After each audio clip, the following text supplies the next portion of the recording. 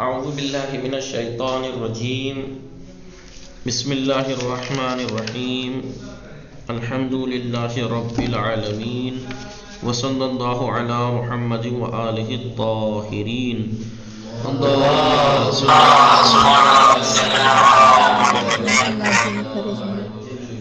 السلام علیکم ورحمۃ اللہ وبرکاتہ۔ وعلیکم السلام۔ وعلیکم السلام۔ خیریت سے آپ سب لوگ ٹھیک ہیں؟ جی الحمدللہ۔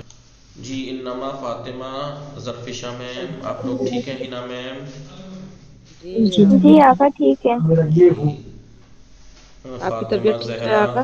الحمدللہ، نسرین زہرا، نکھت، رضیہ مرزا ٹھیک ہے؟ روحی میم جی آقا ٹھیک ہے۔ آپ بتائیے آپ کی طبیعت ٹھیک ہے؟ الحمدللہ، شکر۔ ثانیہ، زہرا، مونس، شمشاد میم، رئیسہ آپ لوگ ٹھیک ہیں؟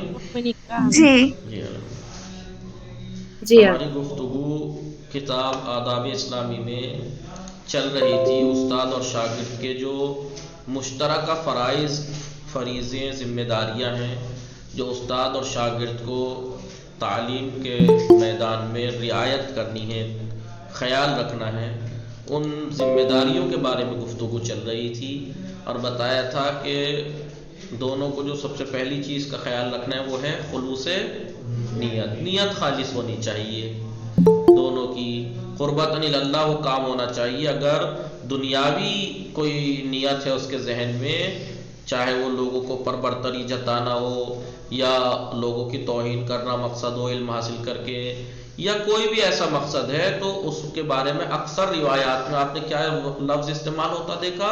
اس کا ٹھکانہ جہنم ہے، اس کا ٹھکانہ جہنم ہے۔ دوسری چیز جو دونوں کو خیال رکھنی ہے استاد اور شاگرد کو بھی، وہ ہے عمل، علم کے ساتھ عمل۔ اس کے بارے میں جتنی بھی روایات ذکر کی گئیں ان سے یہی ظاہر ہوتا ہے کہ عمل اگر نہیں ہے تو علم کا کوئی فائدہ نہیں ہے، بلکہ وہ انسان کو گمراہ اور کر دیتا ہے۔ جی اور اس کے بارے میں قرآن مجید میں آیت بھی ہے کہ آپ وہ بات کیوں کہتے ہو جس پر عمل نہیں کرتے؟ یہ اللہ کے نزدیک سخت غصے کا سبب ہے کہ آپ وہ بات کہو جس پر عمل نہیں کرتے۔ کیا تھا وہ یا ایھا الذین آمنوا لما تقولون ما لا تفعلون کبر مقتا عند اللہ ان تقولوا، ٹھیک ہے؟ لہذا دونوں کو، چاہے استاد ہوں چاہے شاگرد ہوں، اگر عمل ہونا چاہیے، علم کے ساتھ ساتھ عمل ہونا چاہیے۔ جی ورنہ اس کے بارے میں روایت کیا تھی؟ یہ لوگ سب سے زیادہ گھاٹے میں ہوں گے جو عمل نہیں کرے گا علم پہ۔ جی اس طریقے سے ہوں گے کہ جہنم والے بھی ان کی بدبو سے پریشان ہوں گے، ایسے عالم کی کہ جو علم پر عمل نہیں کرتا، اور ان کی وجہ سے یہ لوگ کسی بندے کو نیکی کی دعوت دیں گے، خود عمل نہیں کرتے، لوگوں کو نیکی کی دعوت دی اگر تو وہ جنت میں چلے جائیں گے، یہ جہنم میں جائیں گے۔ لہذا دوسری چیز کیا ہے؟ علم کے ساتھ عمل۔ جی تیسری ذمہ داری دونوں کی کیا ہے استاد اور شاگرد کی؟ غرور سے پرہیز۔ کتنی دفعہ ایسا ہوتا ہے کہ انسان جب پڑھ لیتا ہے، کوئی علم اس کے پاس آ جاتا ہے تو اس کے اندر غرور آ جاتا ہے، تکبر آ جاتا ہے۔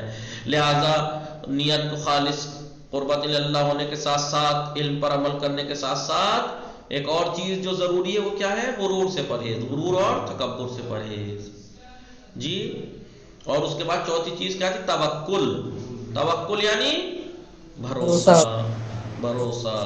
دیکھیے اسے اپنی اللہ کی ذات پر بھروسہ ہونا چاہیے کہ میں اللہ کے لیے حاصل کر رہا ہوں تو میں اس کا اجر اللہ ہی سے لوں گا اور اللہ مجھے دے گا، کیونکہ لا حول ولا قوت الا باللہ، اللہ کے علاوہ کوئی قوت و طاقت نہیں۔ لہذا تو یہ کہا، کیا کہا کہ جو لوگ کسی، یہاں پہ توکل ہے، کسی کام میں مشغول ہوتے، چاہے وہ کسی بھی کام میں ہو، یہاں پہ بات بھلے ہی پڑھائی کی چل رہی ہے، علم و تعلیم کی، لیکن کسی بھی کام میں توکل ہونا چاہیے۔ جو لوگ کسی علمی کام میں مشغول رہتے ہیں، جیسے معلم ہے، مدرس ہے، طالب علم ہے، مؤلف ہے، مصنف ہے، کتاب لکھنے والا ہے، ریسرچ کرنے والے ہیں، ان سب لوگوں کے لیے جہاں اپنے اندر اعتماد نفس پیدا کرنے کے علاوہ، اپنے اندر اعتماد ہونا چاہیے، انہیں نفس کے اوپر اعتماد اور بھروسہ ہونا چاہیے، اس کے علاوہ اپنے ذہن سے کمزوری کا احساس کمتری کو نکال دینا چاہیے کہ میں کچھ نہیں کر پاؤں گا، میں میرے بس کی نہیں ہے، میں تو نہیں، یہ ختم کر دینا چاہیے احساس کمتری۔ اسی طرح ان کے لیے یہ بھی لازم ہے کہ وہ خدا پر توکل کو اپنا نصب العین قرار دیں، یعنی خدا کو توکل کو ہی سب کچھ مانے کہ خدا پہ توکل ہونا چاہیے، بھروسہ، کیونکہ علمی کاموں میں آپ جانتے ہیں کہ کتنی سخت محنت کی ضرورت پڑتی ہے، ذہن استعمال کرنا پڑتا ہے، راحت و آرام کے ذریعے دولت حاصل ہونے والی علم کبھی راحتوں میں ہے ہی نہیں، علم کبھی راحتوں میں جی، خاص کر کے دینی علوم کے بارے میں علماء کا کہنا ہے، اور یہ پریکٹیکلی آزمایا ہوا بھی ہے، جب انسان دینی تعلیم حاصل کرنے نکلتا ہے تو اس پہ آزمائشات بہت زیادہ بڑھ جاتی ہیں، اس پر آزمائشیں بہت بڑھ جاتی ہیں، کبھی یہ ٹینشن، کبھی وہ ٹینشن، کبھی گھر کی، کبھی یہ خبر، کبھی وہ خبر آ جاتی ہے، کبھی یہ ہو جاتی ہے، وہ اسی وقت، کیونکہ دیکھیے آپ یہ سوچئے کہ اگر خدا کسی کو بہت بڑا درجہ دیتا ہے، طالب علم کا درجہ کیا ہے کہ فرشتے اس کے نیچے پر بچھاتے ہیں جی، اور کیا فرشتوں کو کوئی اور کام نہیں ہے؟ تو اب یہ بتائیے کہ اگر کسی کو اللہ اتنا بڑا مرتبہ دے رہا ہے تو کیا اتنی آسانی سے دے دے گا؟ جی آواز آ رہی ہے میری آپ لوگوں کو؟ جی ہاں، آپ بھی اگر کسی کو کوئی اپنے بڑے کسی چیز کے مالک ہیں، اگر کسی کو عہدہ دینا چاہ رہے ہیں تو کیا ایسے ہی عہدہ دے دیتے ہیں آپ لوگ؟ فوج میں کیا فوج کا کمانڈر کسی کو ایسے کوئی بنا دیتے ہیں؟ یا تجربہ، امتحان، آزمائشات جب اس کی ہو چکی ہوں تب اس کے بعد کہ ہاں بھئی یہ ہے اس قابل؟ تو اب اگر فرشتے پر بچھاتے ہیں طالب علم کے نیچے دینی تعلیم حاصل کرنے جو نکلتا ہے، تو کیا اتنی آسانی سے؟ یہ آزمائی ہوئی باتیں ہیں، اور علماء کا کہنا بھی اور ہے یہ، جب اس راستے میں آزمائش بڑھ جاتی ہے اور شیطان بھی ایک طرف سے حملہ آور ہوتا ہے، شیطان بھی ایک طرف سے حملہ آور ہوتا ہے، طرح طرح کے مسائل، اور ادھر سے آزمائشات بھی ہوتی ہیں۔ اگر ان سب سے کامیاب ہو کے آگے بڑھ جاتا ہے تو فرشتے ظاہر سی بات ہے جب اتنی آزمائشات دے کے نکلا ہوتا ہے وہ امتحان، آپ دیکھ لیجئے گا، آپ گھر سے نکلیے دینی تعلیم حاصل کرنے، آپ کو پتہ لگ جائے گا کتنی آزمائشات ہوتی ہیں۔ آدمی کو ارادے کو پختہ کیا جاتا ہے، ارادہ دیکھا جاتا ہے کتنا مضبوط ہے یہ اپنے ارادے میں، کتنا، لہذا توکل بھی ایک اہم چیز ہے، اسے توکل رکھنا چاہیے، خدا پہ بھروسہ رکھنا چاہیے، کیونکہ یہ اتنی آسانی سے تو آئے گا نہیں، اس میں محنت چاہیے، لہذا اپنے آپ کو ایک سخت جہاد کے لیے تیار کرنا ضروری ہے۔ خالی آزمائشات ہی نہیں، علم خود محنتوں سے، مشقتوں سے حاصل ہوتا ہے، آدمی ٹوٹ جاتا ہے، کبھی کبھی دل کرتا ہے سب کچھ چھوڑ اور بھاگ یہاں سے، جی کہاں ہوں میں، کیا کر رہا ہوں، لیکن وہاں پتہ لگتا ہے کہ انسان کتنا ثابت قدم ہے۔ پھر جب اس کے ارادے اتنے مضبوط ہوتے ہیں، وہ کہا کہ نہیں میں نہیں کر پاؤں گا والی چیزیں نہیں ہٹا دے اپنے اندر سے کہ مجھ سے نہیں ہوگا، اور میرے یہ سمجھ میں نہیں آ رہا، میرے وہ سمجھ میں نہیں آ رہا، میرے بس کی نہیں ہے، اور میں تو یہاں کہاں پھنس گیا، نہیں، یہ احساس کمتری انسان کو ختم کر دینی ہے، کیونکہ میں کر پاؤں گا، آج نہیں کر پا رہا تھوڑی اور محنت کروں گا، اور نہیں کر پا رہا تھوڑی اور محنت کروں گا، لیکن یہ میرے سے بس کی، میرے سے باہر تھوڑا ہی ہے، یہ انسان کی قدرت سے کوئی باہر ہے کوئی چیز دنیا میں؟ ہر وہ چیز جو عالم امکان میں ہے، ہر وہ چیز جو عالم امکان میں ہے، واجب الوجود خدا کو چھوڑ کر، جی عالم امکان یعنی جو ممکنات میں سے ہیں، ناممکن والی چیزیں نہیں کہہ رہا میں، کبھی آپ سوچے کہ آپ ہی نے تو کہا تھا کہ انسان کی قدرت میں ہر چیز ہے، تو میں تو بیٹھ جائیں آپ کبھی ایک سوئی لے کے اور ایک اونٹ لے کے، میں تو اس اونٹ کو اس سوئی کے نکے میں سے نکالوں گی، کیونکہ مولانا نے کہا تھا کہ انسان سب کچھ کر سکتا ہے، میں نے کہا عالم امکان میں ہر وہ چیز، دیکھیے جی ممکن عالم امکان میں جو چیز ممکن نہ ہو وہ کام تو خدا بھی نہیں کرتا، جی آپ کہیں گے کہ کیا خدا کی قدرت نہیں ہے اتنی؟ نہیں، خدا کی قدرت ہے، بات ادھر سے نہیں، کمی ادھر کی نہیں، کمی اس میں ہے، قابل کی قبولیت میں ہے۔ خدا سوئی کا جو نکہ ہے، بہت سے سوال کرتے ہیں کیا پوری دنیا سوئی کے نکے میں سے نکال سکتا ہے خدا اس کے سوراخ میں سے؟ تو اگر کوئی آدمی یہ سوچ میں پڑ جاتا اگر ہاں کہے تو کیسے کہے، اور نہ کہے تو یہ ہوگا کہ بھائی خدا نہ کر سکے، نہیں، بات خدا کی قدرت میں کمی کی نہیں ہے، بات اس سوئی کے نکے اور اس دنیا کو اس میں سے نکلنے میں کمی ہے۔ لہٰذا آپ نے پڑھا ہوگا جب علم کلام میں آپ جا کے پڑھیں گے آگے جا کر، تو آپ کہیں گے کہ خدا کی قدرت ممکن الوجود چیزوں سے تعلق پاتی ہے، ممتنع الوجود سے نہیں جی۔ وہ کام جو ناممکن ہے عقلاً محال ہے، عقلاً جو کام محال ہے خدا کی قدرت وہاں تعلق نہیں پاتی۔ آپ یہ مت سوچئے گا نعوذ باللہ کہ خدا کی قدرت کمزور پڑ گئی، نہیں، بات خدا کی قدرت کی نہیں ہے، بات اس میں کمی ہے، اس چیز میں کمی ہے۔ لہذا خدا کی قدرت تو خود ممتنع جو کام ہے، جو محال کام ہے، عقلاً محال کام ہے، خدا کی قدرت وہاں تعلق نہیں پاتی۔ لہذا جو چیزیں ممکن الوجود چیزیں ہیں کائنات میں، ان سب کو کس لیے خلق کیا؟ آپ نے قرآن میں بھی پڑھا ہوگا، تمام چیزوں کو کس لیے خلق کیا؟ انسان کے لیے، اور انسان کو اپنی عبادت کے لیے۔ تو اس کا مطلب کیا ہوا کہ انسان ہر کام پر کنٹرول کر سکتا ہے، کر سکتا ہے، کر سکتا ہے؟ بولیے، کوئی تو کہے، شک میں کیوں ہیں آپ لوگ؟ جی آقا، جی آقا۔ انسان ہر چیز کو، سب چیزیں جب انسان کی خدمت کے لیے بنائی گئی ہیں تو انسان اس پہ کنٹرول کر سکتا ہے۔ یہ چیزیں جو ہم آپ لوگ یوز ٹو ہو گئے ہیں نا، ذرا پچھلے 100-150 سال کے پرانے کسی انسان کو قبر سے اٹھا کے زندہ کروا کے لائیے، وہ دیکھ کے مر جائے گا، دیکھ کے اسے پھر سے اٹیک آ جائے گا، یہ کہاں آ گیا میں؟ آدمی آسمان میں اڑ رہا ہے، سمندر میں تیر رہا ہے جی، پرندوں کی طرح اڑ رہا ہے، سمندر میں مچھلی کی طرح تیر رہا ہے، اور کیا کیا مردہ سے انسان کو زندہ کر دے رہے ہیں ہاسپٹل میں، اس کے سارے انجڑ پنجڑ جسم کے نکال کے باہر رکھ دیتے ہیں، آپریشن کرنے کے بعد واپس لگا کے پھر سے صحیح کر ہو جاتا ہے وہ۔ تو یہ سب چیزیں انسان کے پہلے تھی ہاتھ میں نہیں تھی، آہستہ آہستہ آ گئی، جو نہیں آئی ہیں ابھی آہستہ آہستہ وہ بھی آ جائیں گی جی۔ لہذا اگر کوئی انسان علم حاصل کرنے، اور ہم ہم کیا کرتے ہیں، ہم چھوٹی موٹی چیزیں، لو جی مجھے علم صرف سمجھ میں نہیں آ رہی، مجھے آیتیں سمجھ میں نہیں آ رہی، میرے بس کی نہیں ہے، اتنی جلدی ہار ماننے والا انسان، اتنی جلدی ہار ماننے والا انسان، تو ایسے انسان کو تو کہیں نہیں پہنچنا چاہیے، ایسا انسان کو کہیں نہیں پہنچنا چاہیے جس کی ہمت اتنی کمزور ہو کہ وہ ایک سبجیکٹ سے ہار مان جائے۔ خدا نے انسان کو بہت طاقت دی ہے، ہم یہ سوچتے ہیں کہ ہم کیسے یاد کر پائیں گے، ہم کیسے یاد کر پائیں گے؟ آپ یہ سوچئے کمپیوٹر میں کتنی ہارڈ آ سکتی ہے جی، 1 ٹیرا بائٹ، 2 ٹیرا بائٹ، کتنی ٹیرا بائٹ تک ہو چکی ہیں؟ 1 ٹیرا بائٹ میں کتنی کروڑ، کتنی لاکھوں کتابیں آ سکتی ہیں؟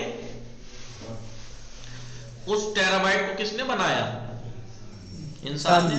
یعنی اگر 1 ٹیرا بائٹ ہارڈ میں لاکھوں کروڑوں کتابیں آ سکتی ہیں، تو جب انسان کے ذہن نے ہی یہ چیز بنائی ہے تو انسان کا ذہن کتنا بڑا ہوگا، انسان کا ذہن کی کیپیسٹی کتنی ہوگی، اور ہم ایک چھوٹے سے سبجیکٹ سے ہار مان جاتے ہیں، تو کتنا کمزور ہے وہ انسان، کتنا کمزور ہے وہ کہ جو ایک سبجیکٹ سے ہار مان جائے، وہ یہ نہ دیکھے کہ کمپیوٹر جیسی چیز اسی انسان نے بنائی ہے جس میں کروڑوں لائبریریاں جمع ہو سکتی ہیں، وہ سب جب انسان کے ذہن نے بنائی ہے تو اس کا مطلب انسان کا ذہن اس سے بھی بڑی طاقت رکھتا ہے۔ آپ خود سوچئے، اگر مجھے کوئی چیز بنانی ہے، میں ایک چیز بناؤں 80% علم کی، تو میرے پاس 100% علم ہوگا تبھی تو میں 80% والی چیز بنا پاؤں گا، اور اگر میرے پاس علم ہے 50%، مطلب ذہن ہے میرا 50%، تو کیا میں 70% کی چیز بنا پاؤں گا؟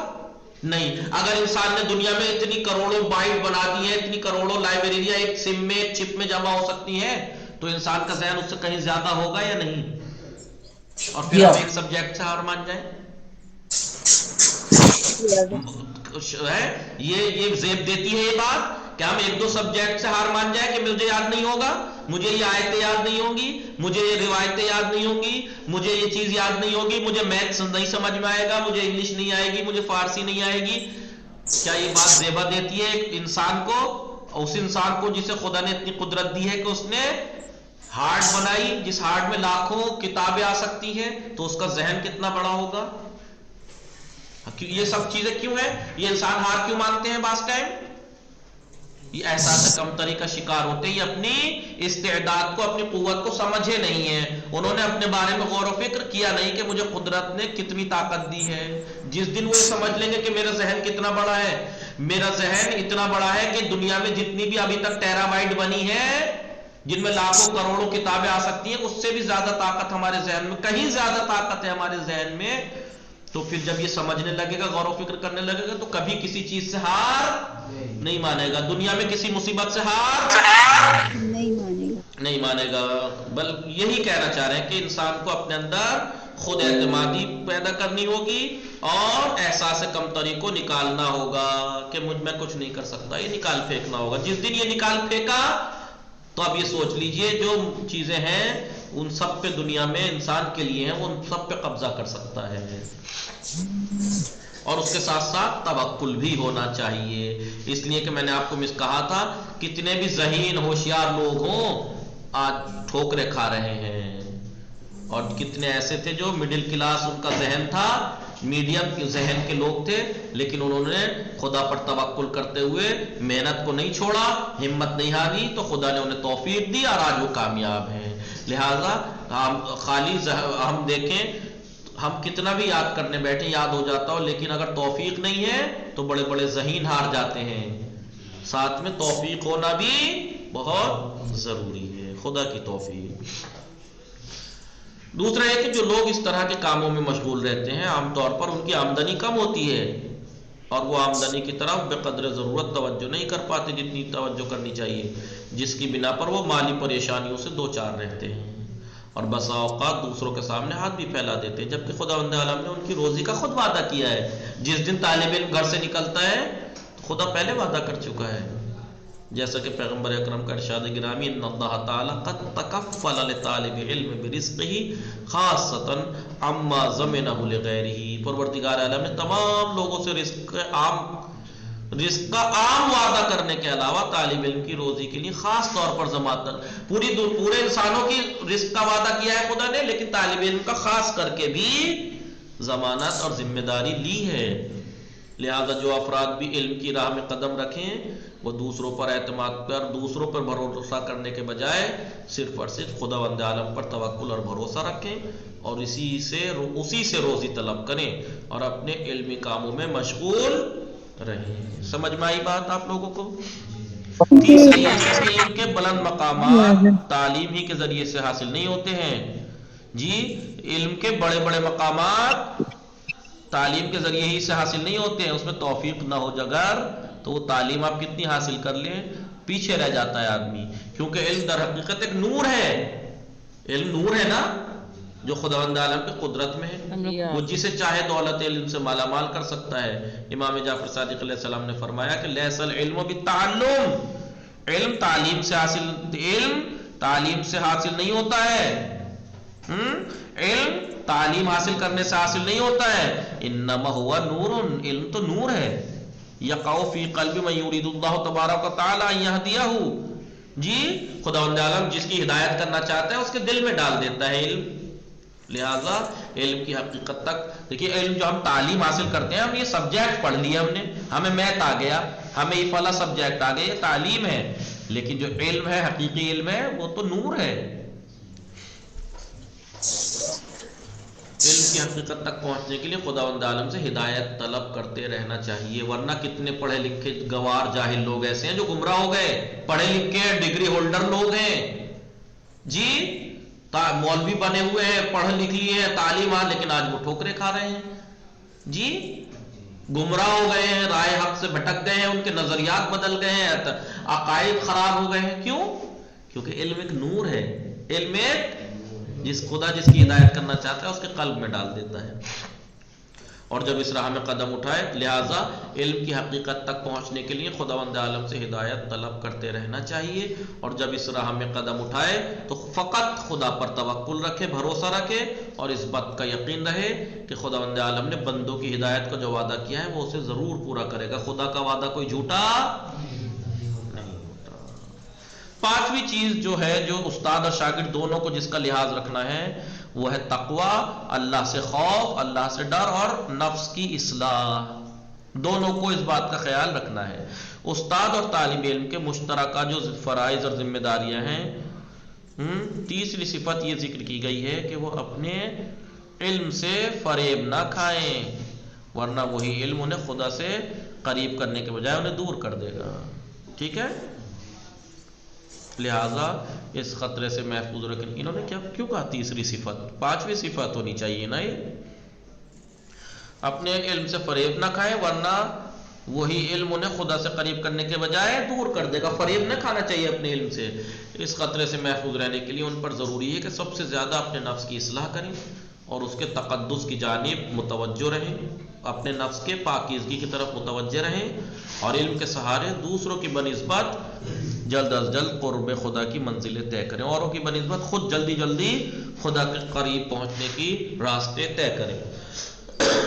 تقوی علم کی ایک اور شرط ہے. علم کی ایک شرط کیا ہے؟ تقوی. کیونکہ پروردگار عالم نے قرآن مجید میں تقوی کو ہدایت کی شرط قرار دیا ہے. ہدایت کے لیے شرط کیا ہے؟ متقی ہے تو ہدایت پائیں گے. متقی ہے، اور اتفاق کی بات ہے ہر اعمال متقی کے ہی قبول ہوں گے.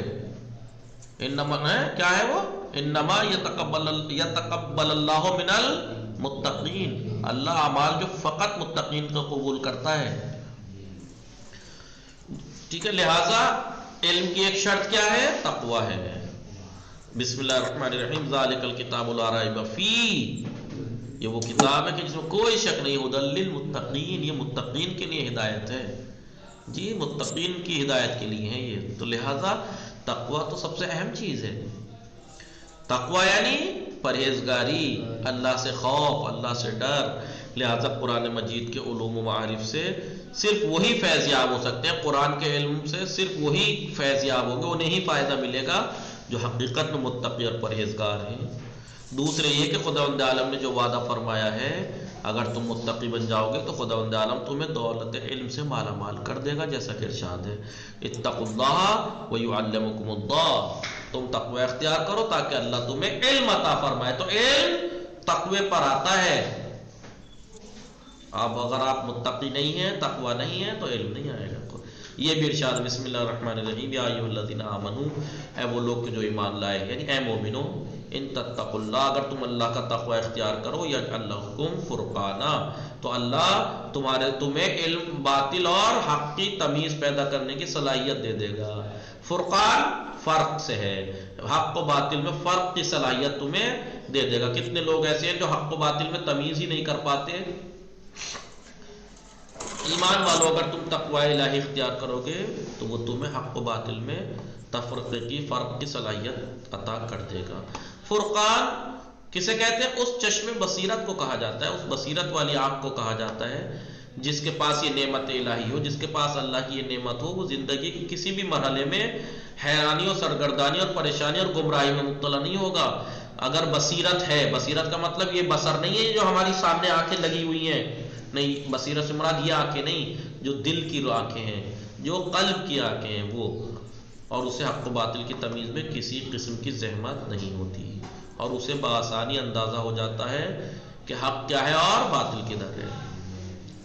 جب امام جعفر صادق علیہ السلام کی حدیث سے یہ معلوم ہو گیا کہ علم نور الہی ہے، اوپر آئی نہیں، علم نور ہے اور وہ جس دل میں عطا کرنا چاہتا ہے عطا کر دیتا ہے. تو پھر علم کی حقیقت تک پہنچنے کے لیے بھی خداوند عالم سے ہی دعا کرنا چاہیے. بھائی علم کی حقیقت تک پہنچنے کے لیے کس سے؟ خدا سے. جس کا طریقہ یہ ہے کہ انسان تقوی اور پرہیزگاری کے ذریعے اپنے نفس کو پاک و پاکیزہ بنائے اور خداوند عالم سے نزدیک ہو جائے، اور اپنے دل کو بھی اتنا نورانی کر لے کہ اس میں نور الہی جلوہ افغان ہو سکے. اپنے دل کو اتنا نورانی بنا لے کہ اللہ کا نور اس میں سما سکے. ورنہ جو نور کی جگہ ہی نہیں ہوگی سمانے کی تو وہ نور آئے گا کیسے ہمارے اندر. علماء کرام عوام کے لیے نمونہ عمل ہوتے ہیں. جو علماء ہوتے ہیں وہ آئیڈیل ہوتے ہیں عام لوگوں کے لیے، اور لوگ عموماً ہر کام میں علماء کرام عالموں ہی کو اپنا آئیڈیل قرار دیتے ہیں. اور ایک بزرگ عالم کے بقول ایک بزرگ عالم نے کہا ہے، عوام ہر کام میں علماء سے ایک زینہ پیچھے رہتے ہیں. لہٰذا اگر علماء صاحبان تقوی اور ورع ہوں گے، اگر پرہیزگار، تقوی ورع پرہیزگاری، اگر عالم جو ہے وہ متقی اور پرہیزگار ہوں گے تو لوگ مباح کام کو انجام دیں گے. اور علماء ہی اگر مباح کام اگر علماء متقی ہوں گے تب عوام جو ہے وہ مباح کام کرے گی. لیکن اگر علماء ہی فقط مباح پہ اکتفا کرتے ہو، بس مباح کام انجام دیتے ہو، تو عوام پھر مکروہ میں پڑ جائے گی. عوام، کیونکہ عوام تو پیچھے ہے نا. عالم اگر بہت آگے کے درجے پہ ہیں تب سوچو کہ اس سے پیچھے کے درجے پہ عوام ہے. اگر عالم متقی اور پرہیزگار بنیں گے تب سمجھیے کہ عوام مباح کام انجام دے گی. مباح یعنی جو نہ مکروہ ہو نہ حرام ہو جی. لیکن اگر علماء ہی مباح کام پہ اکتفا کرنے لگے